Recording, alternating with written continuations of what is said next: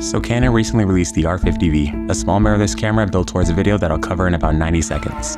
It's insanely lightweight, so it's perfect for handheld shooting. Canon removed the electronic viewfinder, but they added some new smart features. Front-facing record button and tally light for self-filming, a side tripod mount for vertical shooting, a built-in zoom rocker if you're using Canon's power zoom lens, a fully articulating screen, mic and headphone jack, and multifunction hot shoe all ready to go. A 24.2 megapixel APS-C sensor with Canon's Digic X processor. It uses the RF mount, but with an adapter you can use classic EF lenses.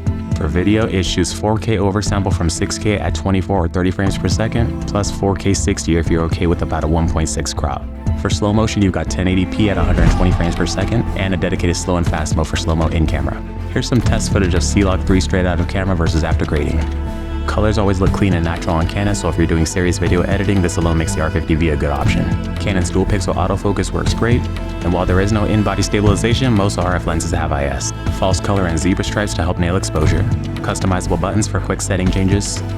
Plus you can live stream directly, use it as a webcam, and control everything through Canon's mobile app. So with the body that's only $649, the R50 V has a ton in a small form factor.